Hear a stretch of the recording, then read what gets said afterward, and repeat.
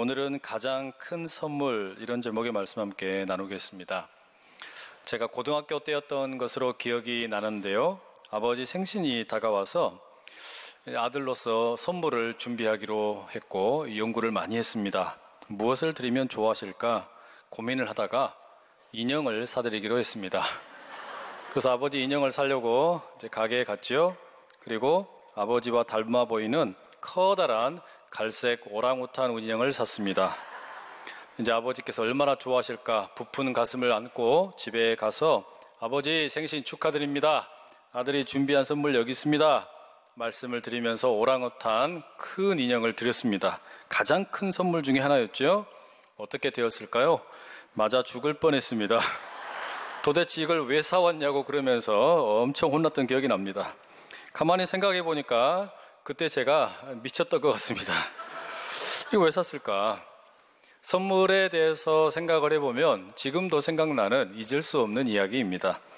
여러분은 혹시 선물에 얽혀있는 혹시 재미있는 그런 에피소드들이 있으십니까? 오늘 우리가 함께 읽은 이 성경 말씀도 선물이라는 관점에서 한번 같이 읽어보려고 합니다. 우선 우리가 다 읽지는 않았지만 3장의 1절의 내용부터 한번 가만히 볼 필요가 있겠습니다. 베드로와 요한이라는 두 명의 제자가 등장합니다. 이들은 예수님으로부터 가장 많은 사랑을 받은 그 제자 중에 두 명이지요. 이 두 사람이 지금 시간이 제9시가 되었는데 오늘의 시간으로 바꾼다면 오후 3시쯤 된 겁니다. 이 시간에 기도하기 위해서 성전에 올라가고 있었습니다. 그런데 성전에 올라가다 보니까 구거라는 한 사람을 만나게 됩니다.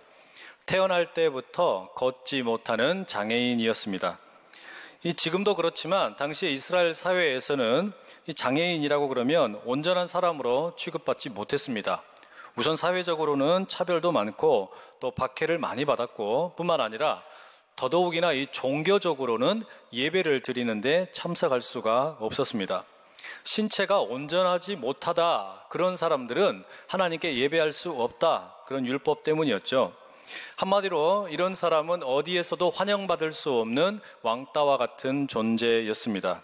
그러니 먹고 살기는 해야 될 것 같아서 예배드리러 가는 사람들에게 구걸하기 위해 성전의 한 문에서 구걸을 하곤 했습니다. 그런데 그 구걸을 하던 그 문의 이름이 참 의미심장합니다. 미문입니다. 아름다운 문이라는 뜻이지요. 성전의 아름다움을 자랑하는 문입니다. 예배의 아름다움을 보여주는 문입니다. 하나님의 아름다움을 뽐내는 문입니다. 하지만 그 아름답다라는 그 이름에 걸맞지 않게 그 앞에 펼쳐진 현실은 전혀 아름답지 않습니다. 현실은 냉랭하고 차갑습니다. 아픔과 상처와 소외와 굶주려 있는 사람의 모습을 보고 있자면 조금도 아름답다고 말하기 어렵습니다. 바로 그 현장에 베드로와 요한이 지나가는 것이죠. 아름다운 문을 통해 아름다운 성전에 들어가서 아름다운 하나님을 예배하러 들어가는 자리였습니다. 그런데 그들을 가로막고 한 장애인이 구걸을 하는 겁니다. 한 푼만 주십시오. 내가 하루 종일 아무것도 못 먹어서 너무 배가 고픕니다. 좀 도와주십시오. 머리가 땅에 닿도록 굽실거리며 간절하게 부탁을 합니다. 여러분, 이런 장애인에게 필요한 선물이 있다면 무엇이겠습니까? 당연히 먹는 것이겠지요. 마시는 음식이 되었든 먹는 음식이 되었든 먹는 것이 필요합니다.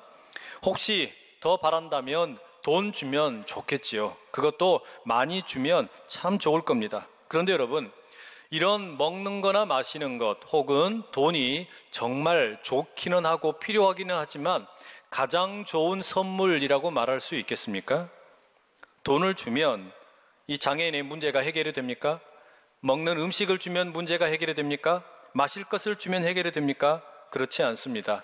이런 것들은 하루, 이틀, 열흘, 길면 한 달 정도의 선물은 될 수 있습니다. 그러나 진정으로 정말 가장 큰 선물이 되려면 근본적인 문제가 해결될 수 있어야 되지 않겠습니까? 걷지 못하던 사람이 걷게 되든지 아니면 장애인이라고 할지라도 다른 사람들과 함께 더불어 살 수 있는 그런 세상이 되든지 이런 게 바로 그 장애인에게 진짜 큰 선물 아니겠습니까? 여러분, 여러분은 어떤 선물을 원하십니까? 여러분에게는 누군가 선물을 준다면 어떤 선물을 받고 싶으십니까? 폴 세럭스라는 미국의 작가가 쓴 My Secret History라는 소설에 보면 이런 내용이 나옵니다. 그 소설의 내용의 일부분을 제가 조금 각색을 해서 들려드리겠습니다. 나는 스스로를 나쁜 놈이라고 생각하도록 교육받았습니다. 내 행동들, 내가 원하는 것들은 모두 나에게 나쁜 것이었습니다. 아무도 내가 나쁘다고 따끔하게 꾸짖지는 않았습니다. 다만 항상 나는 틀렸고 연약하고 잘못하고 있다고 지겹도록 느껴야만 했습니다. 사람들이 나에게 말합니다. 서둘러라. 그러나 뛰지는 마라. 먹어라. 그러나 빨리 먹지는 마라. 크게 말해라. 그러나 소리 지르지는 마라. 여러분 혹시 이런 경험해 보셨어요? 내가 무엇을 해도 주변 사람들이 만족하지 않는 그런 경험 말입니다. 늘 무언가 부족하다 그러고 잘못했다라고 말하는 그런 주변 사람들 혹시 만나보시지 않았습니까? 그러니 주눅이 들고 스스로를 볼품없는 존재로 생각하고 쓸모가 없다라고 자기 자신을 자책하는 그런 경험 혹시 있지 않으십니까? 우리는 알게 모르게 참 오랜 시간 동안 그렇게 교육을 받았고 또 다른 사람들을 그렇게 교육을 시키고 그렇게 생각하고 말하고 그렇게 행동하고 그렇게 나와 남을 판단하는데 익숙하게 살지는 않았나 하는 생각이 듭니다. 그러다 보니 여러분 자기 자신에 대해서 자신감이 없습니다. 늘 불안하지요? 내면에 자신감이 없기 때문입니다. 쉽게 흔들리고 나약해집니다. 단단하지 못하다라는 말이지요. 그런 불안감을 극복해 보려고 하니까 속에 있는 이 불안감과 이 연약함을 극복해 보려고 자꾸 보이는 것에 집착을 합니다. 남이 나를 어떻게 볼까 거기에 매달리게 됩니다. 그래서 외모를 고치기도 하고 스펙을 쌓기도 합니다. 여러분 그러면 이런 겉으로 드러나는 것을 고친다고 해서 문제가 해결될 수 있을까요? 아니요. 해결되지 않습니다. 근본적으로는 마음이 바뀌지 않는 한 결코 해결되지 않습니다. 더 근본적으로는 우리 마음을 오염시킨 죄의 문제가 해결되지 않으면 이것은 해결될 수 없는 문제입니다. 여러분 주변을 한번 보십시오. 그리고 시내에 한번 나가 보십시오. 우리 한국 사람들은 아름다운 것을 참 좋아합니다. 지금은 관광객들이 좀 줄기는 했지만 중국인 관광객들이 한국에 오면 꼭 들리는 곳이 있다고 하지요. 화장품 매장입니다. 우리나라 화장품 세계 최고입니다. 또 성형외과는 어떻습니까? 세계 최고입니다. 뭐 그게 꼭 나쁜 건 아니죠. 필요하면 찍기도 해야 되고 당기기도 해서 예쁘게 만들면 좋습니다. 다만 문제는 뭐냐면 그렇게 얼굴만 찍고 땡길 것이 아니라 우리의 내면도 좀 아름답게 만들어야 되지 않겠습니까? 보이지 않는다고 정작 너무나 소중한 것을 우리가 그냥 방치하고 있는 것은 아니냐 이런 말입니다. 어쩌면 죄가 원하는 것이 그런 것일지도 모릅니다. 죄라는 놈은 우리가 눈에 보이는 것에만 집중을 하게 만들고 보이지 않는 정작 가장 중요한 것에 대해서는 눈 감고 살도록 하는 것이 죄가 하는 일일지도 모릅니다. 환경도 그렇지 않습니까? 도시의 미관을 가꾸기 위해서 여러 가지 많은 일들을 합니다. 사람들의 눈에 띄는 일들을 우리가 너무너무 많이 합니다. 정작 그러나 제일 중요한 공기의 오염의 문제는 사람들이 눈을 감습니다. 그렇다 보니 미세먼지 때문에 마스크를 쓰지 않으면 밖에 나갈 수가 없다고 합니다. 아무리 얼굴을 찍고 땡기고 하면 어떡합니까? 공기가 더러워서 미세먼지 때문에 마스크로 자기 얼굴 다 가리고 다닙니다. 이거 아이러니하지 않습니까? 왜 이렇게 되었을까요? 당장 눈에 보이는 것에만 집중하다 보니까 보이지 않지만 정말 중요한 것을 소홀히 여기다 보니 우리의 몸도 마음도 환경도 우리의 사회도 그렇게 병들어 있는 것은 아니냐라는 말입니다. 여러분, 정말 필요한 것이 무엇일까요? 보이지 않는 것입니다. 정말 필요한 것은 보이지 않는 부분이 고침을 받는 겁니다. 우리의 마음, 그 마음의 자리에 하나님의 치유와 회복이 있어야 된다라는 말이죠. 몸이 건강해지고 몸이 회복이 되는 것 치유되는 거 너무너무 중요합니다. 그러나 마음은 더더욱 중요합니다. 한 사람 한 사람의 내면이 변화되지 않으면, 마음이 회복되지 않으면 이 사람의 관계라는 것이 결코 건강해질 수 없고, 마음이 회복되지 않으면 건강한 가정을 이룰 수가 없고, 마음이 회복되지 않으면 우리의 소중한 일터가 행복해질 수가 없고, 마음이 회복되지 않으면 이 나라가 건강해질 수 없다라는 말입니다. 여러분, 그러면 오늘 우리가 본문에서 만난 몸이 장애가 있고 마음이 상해버린 한 사람, 성전의 미문에서 구걸하던 이 한 사람은 어떻게 되었을까요? 성전의 아름다운 문 앞에서 구걸하는 이 장애인을 마주한 베드로와 요한은 그냥 지나갈 수가 없었습니다. 무엇이라도 도와주고 싶은 마음이 들었겠지요. 그리고 가장 먼저 하는 행동이 뭡니까? 3장 4절에 보면 이런 기록이 나옵니다. 베드로가 요한과 더불어 주목하여 이르되 우리를 보라 하니. 지나가는 길이었기 때문에 구걸하는 그 사람에게 그냥 동전 하나 던져주고 지나가도 아무 문제 없습니다.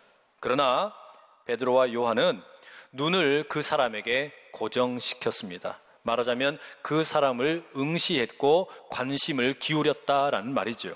그리고 말합니다.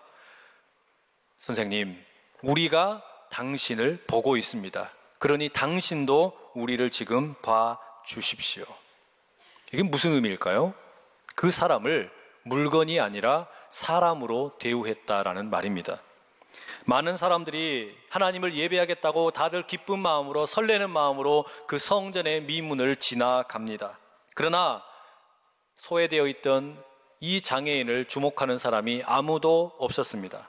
그러니 이 구걸하는 장애인은 대부분의 예배자들에게 사람 취급을 받지 못하고 물건처럼 여겨진 겁니다. 그런데 베드로와 요한이 그렇게 몸만 아픈 것이 아니라 마음도 상해버린 이 장애인에게 주목하는 겁니다. 몸의 필요만이 아니라 마음의 필요가 있다라는 것을 알아차린 것이죠. 내면의 필요가 더 중요하다라는 것을 알아보았다라는 말입니다. 여러분, 몸이 불편하고 아프면 참 힘겹습니다. 어렵습니다. 그러나 더 힘든 것은 마음입니다. 이 장애인의 모습을 가만히 보십시오. 배고픕니다. 목이 마릅니다. 돈이 없습니다. 살 집도 제대로 갖추어져 있지 않습니다.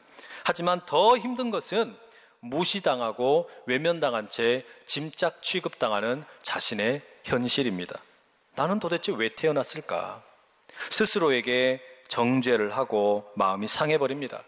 그 마음의 장애는 몸의 불편함의 수백 배가 될지도 모르겠습니다. 아무도 그렇게 자신을 따뜻하게 불러주는 사람이 없었고, 아무도 자신과 눈을 마주치려는 사람이 단 한 사람도 없었는데 베드로와 요한이 말하는 겁니다.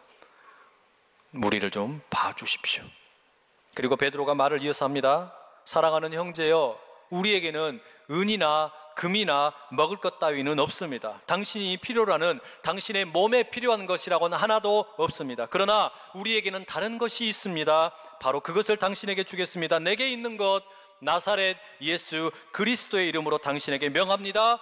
걷지 못하던 당신이여 이제 일어나 걸으십시오. 다시 한번 예수 그리스도의 이름으로 명합니다. 평생을 걷지 못한 채 저주와 따돌림과 아픔과 상처 속에 살았던 형제여 이제 일어나 걸으십시오. 결과가 어떻게 됩니까? 이어지는 성경의 내용을 보게 되면 베드로와 요한은 오른손으로 그 사람을 붙잡고 일으키기 시작을 하죠. 평생을 단 한 번도 걸어본 적이 없던 이 사람의 발과 발목에 신비한 힘이 들어가기 시작합니다.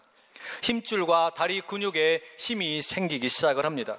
처음에는 휘청거렸지만 두세 번 넘어지기도 했지만 금세 지탱하고 혼자 설 수 있게 되었습니다.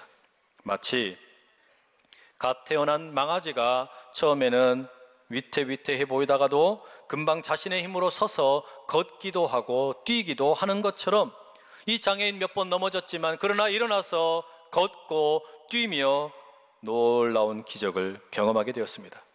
여러분, 이 장애인이 이렇게 몸이 회복된 후에, 자기의 몸이 건강해진 후에, 자기 몸의 치유를 경험한 후에 제일 먼저 한 행동이 뭔지 아세요? 성경의 기록을 보면 성전에 들어가는 일이었습니다.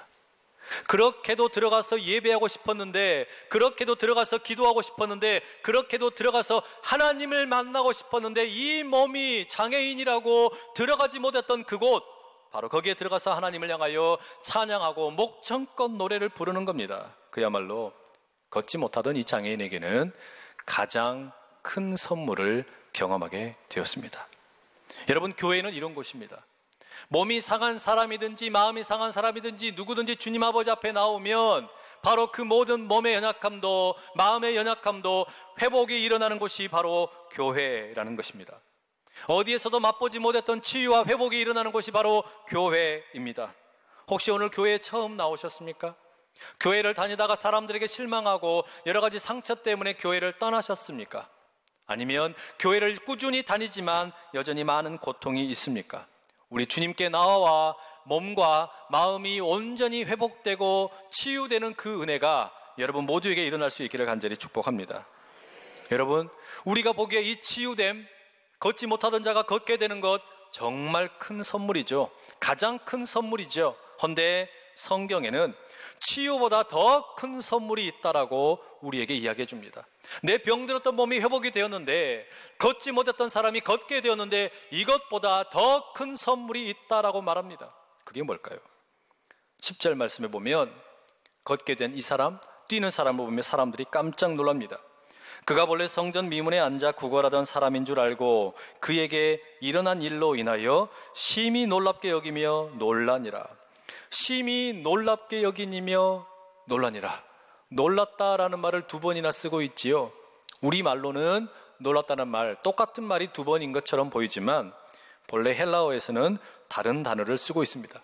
처음에 놀랐다라는 것은 마치 그 테이저건에 맞아서 움직이지 못할 정도로 깜짝 놀라는 것을 말하는 거고요.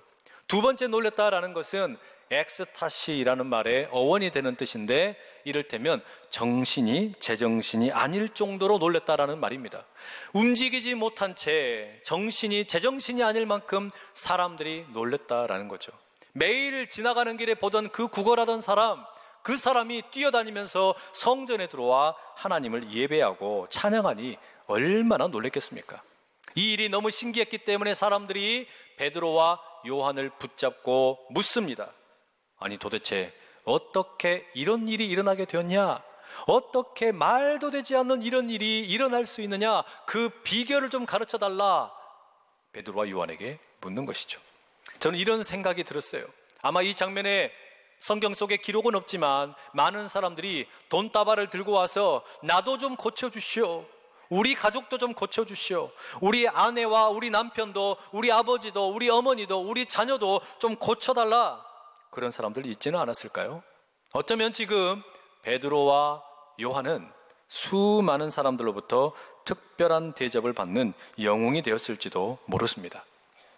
여러분, 지금도 그러지 않겠습니까? 예배드리고 있는 여러분들 가운데 커다란 중병을 앓고 있는 분이 계시는데, 제가 기도했더니 또는 제가 막 장풍을 쐈더니 막 나아버렸다? 어떻게 될까요?